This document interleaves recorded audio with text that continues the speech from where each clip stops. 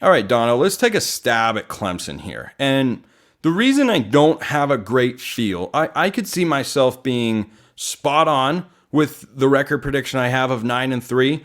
I could be 2 games off. I could be 4 games off in either direction. I guess technically I can only be 3 games off because we're just doing regular season game predictions here. You know, if it goes up to one side. Like, I don't have a great feel. Now, Clemson does have one of my favorite things here on the show, and everydayers know this.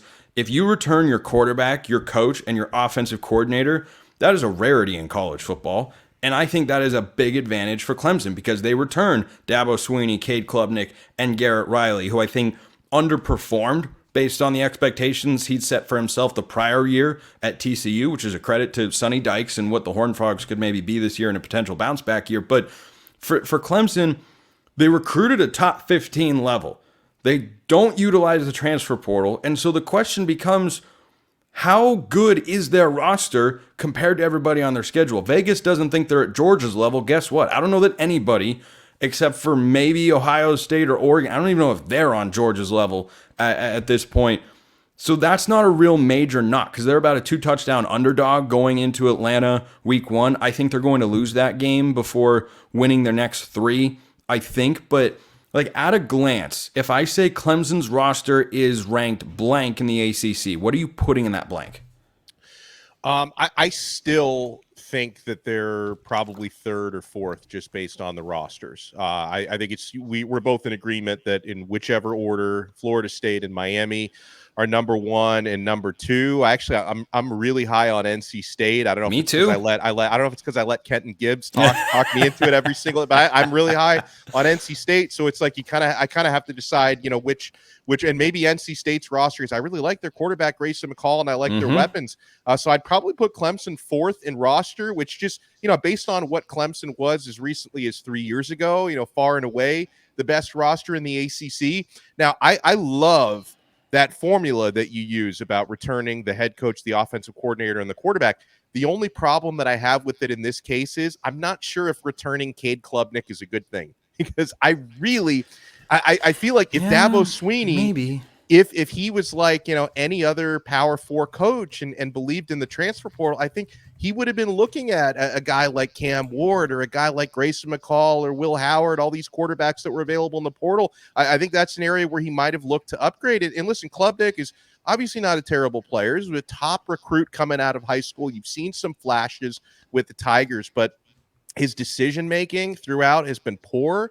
So you just have to wonder if him being like an upperclassman, is he just going to overcome some of that based on sheer experience? But the decision-making has been so questionable. The turnover-prone issues, which always seem to come at the most untimely points, always seems to be when Clemson's driving in the red zone is when they turn the football over. That was a huge problem for them early in the season. They did rattle off, I think, was it 5 that game against Duke was insane. Yeah, I can't remember a game like that for Clemson ever, and that was one of their 4 losses last year. But you and I were talking about this before we hit record. Like, everyone talks about Clemson in a negative sense because they have fallen down from where they were. Yeah. But if you just ask the casual fan who has a negative perception of Clemson's program, how many games did they win last year? How many people would know off the top of their head they won 9? Right. They won 9 yet. Now, if they win 9 games this year, they're not going to the playoff. And I don't think they can get there because, look, I like Cade Klubnik. I wouldn't say I love him, but I like him. 64% last year completion, 19 touchdowns to 9 interceptions. Here's where I'll step in and defend him. Mm-hmm. If you're looking at the timeline of college football players' development, Cade Klubnik is a more traditional guy, particularly at the quarterback position. He gets some playing time his freshman year. He's handed the keys his sophomore year. He shows glimpses, but he has drawbacks. And by your 3rd year, you're usually realizing your full potential. And so that's why I struggle to say Clemson's going under their 8.5 win total. They're winning 6 or 7 games. I'm like, I don't know. It's not like he's unproductive. It's not like he has no weapons to throw the ball to. There's a question on the roster here or there, but that's why I land on 9-3. I've got Same losses. I've got losses to Georgia week 1, at Florida State in the middle of the season. I don't think they're winning that game. I think they lose at Virginia Tech because I like Virginia Tech. And I think NC State's going to get them even on the road. I thought about NC State because I'm like you. I'm a big fan of Dave Doran. I love their offseason, quite frankly. I think this is the best chance NC State has had in the last 2 or 3 years to get to that 10-win threshold, be it in the regular season or winning a bowl game at the end of the year. But Clemson at home is still not a place that's easy to go in and win. And that quote-unquote bad Clemson team last year, you got to remember, pushed Jordan Travis and Florida State all the way to overtime. You'll probably have Clemson fans say they should have won the game. So I still have some level of faith, but I do really feel with NC State in there and a road game at Pitt, you never know if that could get crazy or anything. Probably not. But that's how I land on 9-3 for Clemson. Yeah, I'm at 9-3 as well, and it's funny because like for a lot of teams around the country, 9-3 would feel like a pretty good season, but their 9-3 record, I think they went 9-4 with the bowl game, but 9-3 record last year. That was their lowest win total since 2011. 8-4 regular season. 9-4. Oh, so they won the bowl game. Okay, 9-4 with the bowl game. Yeah, I couldn't remember if the bowl game was a win or not, but their 9 win total last year was their lowest since 2011. So I think that's again part of the reason why it felt like such a poor season for Clemson when it really wasn't that, and they still have a lot of talent. I mean, R.J. Mickens in their defensive backfield, I'm a huge fan of.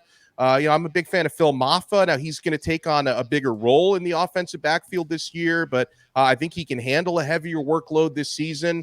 They still good up front in both trenches, but I think one of the differences with Clemson now, Spencer, was you go back 3, 4, 5 years, and they used to have SEC, like top tier SEC type of depth compared to teams in the ACC that didn't have depth up front. Like, Miami had a really long losing streak against Clemson, and they just got their butts beaten every time they faced Clemson during Clemson's glory years. It's because Miami was getting manhandled. Most teams in the ACC were getting manhandled by Clemson, but it's teams like Florida State, obviously. I think Miami at the line is like Miami did well against them at the line of scrimmage last year in Miami's overtime victory, and NC State. I think teams like that have closed the gap when it comes to that line of scrimmage talent. Now, I wonder if that's true for Virginia Tech. I think Virginia Tech may be more of a skill position and reliance on their quarterback and playmakers. I don't think they can match Clemson as much up front, but I see what you're saying. On the road, that could be a losable